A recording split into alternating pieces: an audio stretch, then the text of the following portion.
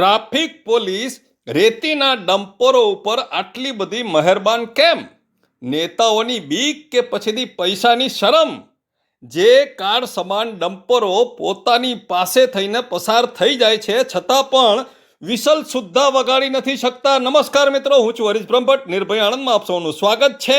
આ લોકોને નેતાઓનું, ભ્રષ્ટાચારીઓનું, 2 નંબરવાળાઓનું, દારૂવાળાઓનું, હપ્તાવાળાઓનું કંઈ જ ક્યારેય દેખાતું નથી. અને ક્યારેક કોઈ મિડલ ક્લાસ પરિવાર બિચારો માંડ 5-10 લીટર પેટ્રોલ નાખીને લગ્ન પ્રસંગમાં ક્યાંક જતો હોય અને સીટ બેલ્ટ ના બાંધ્યો હોય ને દેખાઈ જાય ને તો 1 કલાક રોડ ઉપર રખડાવે, પીયુસી માટે ધમપછાડા કરે, હેલ્મેટ માટે પાછળ દોડે, મોબાઈલ ઉપર વાત કરતા 200 ફૂટ ઉપર દૂરથી કેમેરામાં કેદ કરીને ઘેર મેમો મોકલે.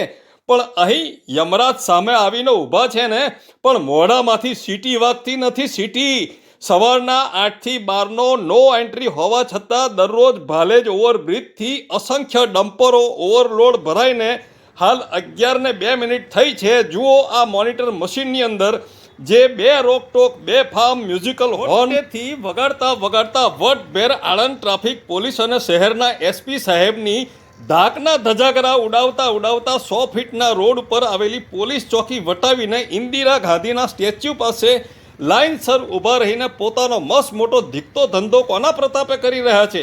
શું કોઈ ખાસ કારણોથી થવા દેવાય છે? આમાં કોઈ રાજકીય ભાગીદારી છે કે પછી પાણીપુરીની લારીની જેમ અમલદારો અહીં પણ ભાગીદારી કરી બેઠા છે?